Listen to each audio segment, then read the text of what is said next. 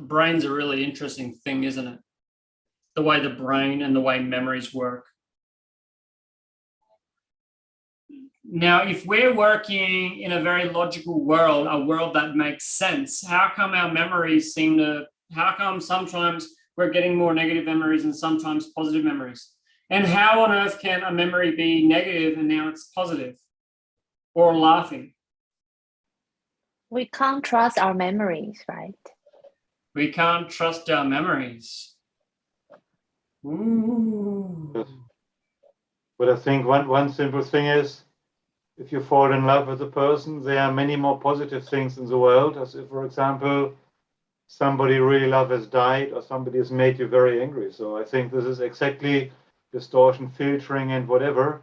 And this is not static. This seems to be very, very dynamic. Very, very dynamic.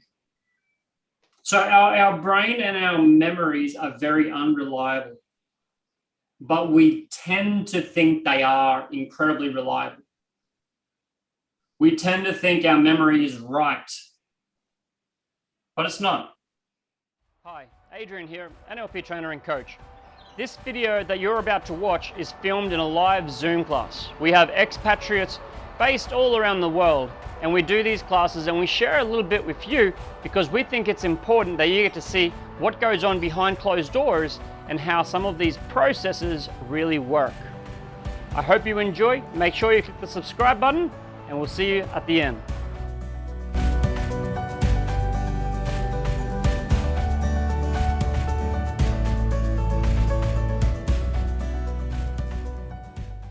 So our brain and our memories are very unreliable, but we tend to think they are incredibly reliable.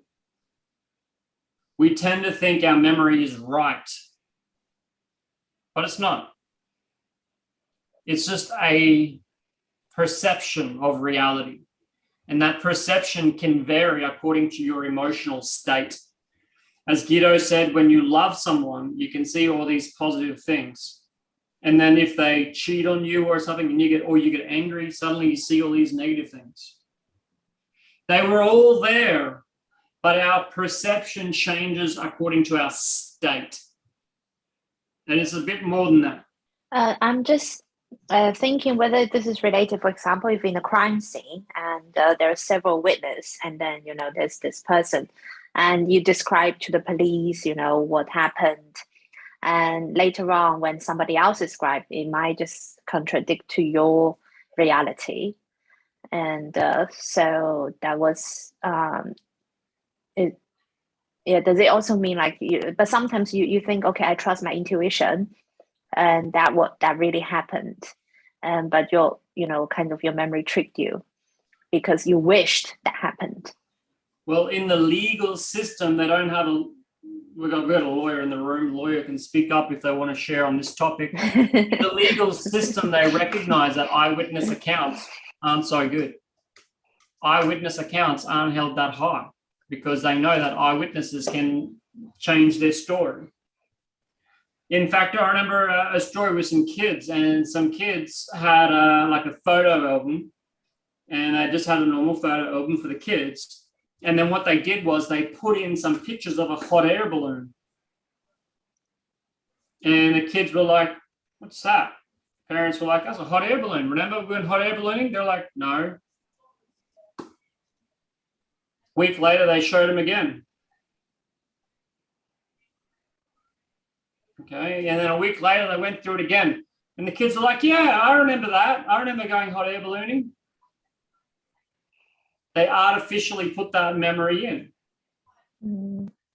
I've got some memories from my dreams.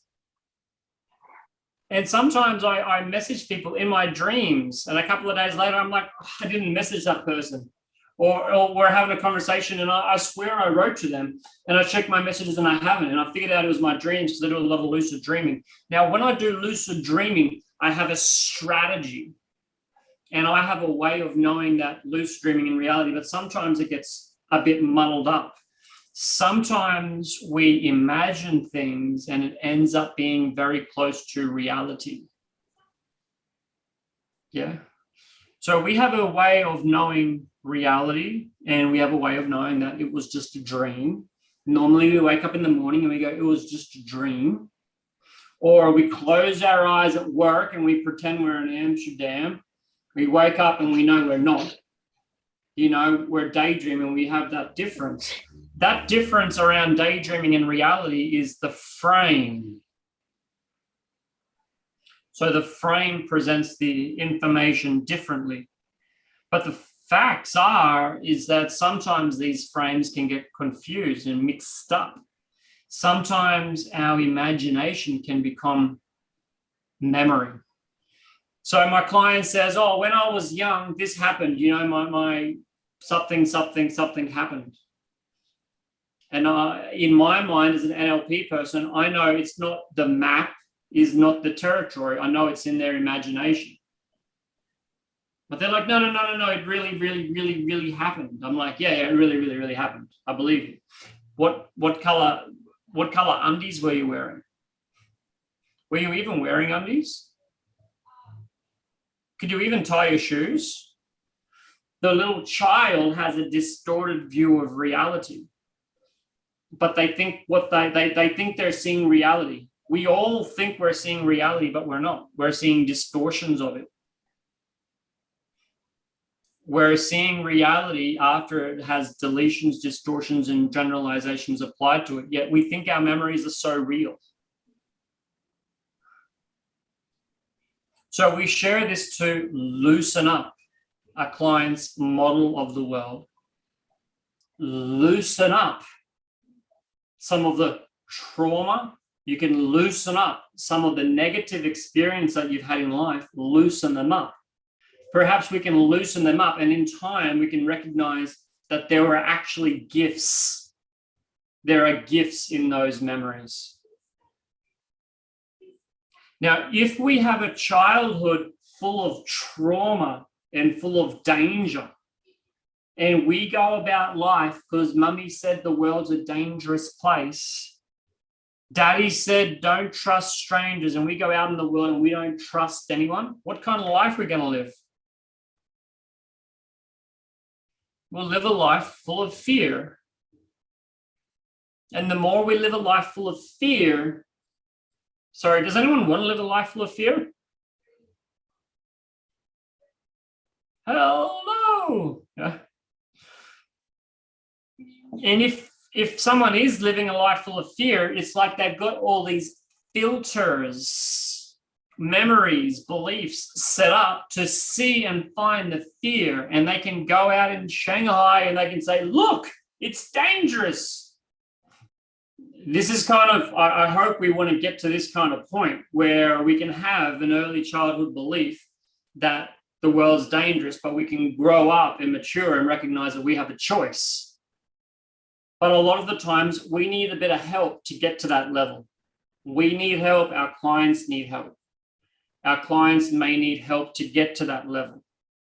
Boom! You made it here! Good on you. Make sure you click the subscribe button below and check out the playlist at the end. If you'd like to come along to our Sunday sessions where we host a live free Q&A for our students and members, you're welcome. I'll see you there.